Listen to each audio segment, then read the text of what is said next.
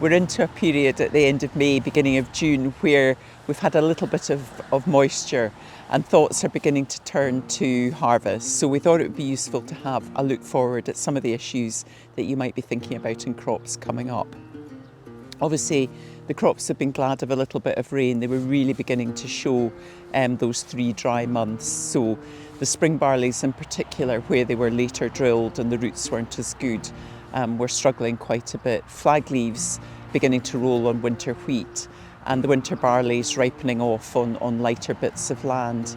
And really it's not a new message, but where we had better soil health, higher organic matters, the crops have just been that bit more resilient. So probably one message going forward is again improving the soil health where and when you can.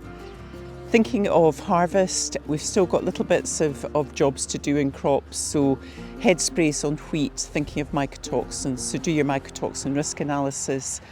And for the winter barleys, again, think carefully about how you harvest them well and get them into store. Cleaning out grain stores early is really key so you don't get insect infestations and problems with hot spots in grain.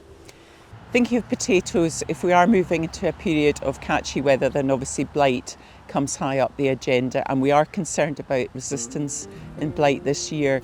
So alternate and mix your fungicides like never before, and think about where you use multi-sites. So mancozeb doesn't move as well into foliage during fast growth, so it can make sense to deploy that early where you get maximum benefit.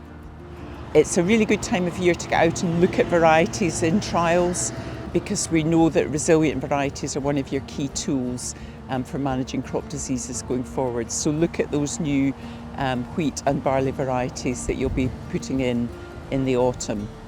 And then finally, just to think about rotations again are one of your key measures of reducing disease risk and pest risk and weed risk.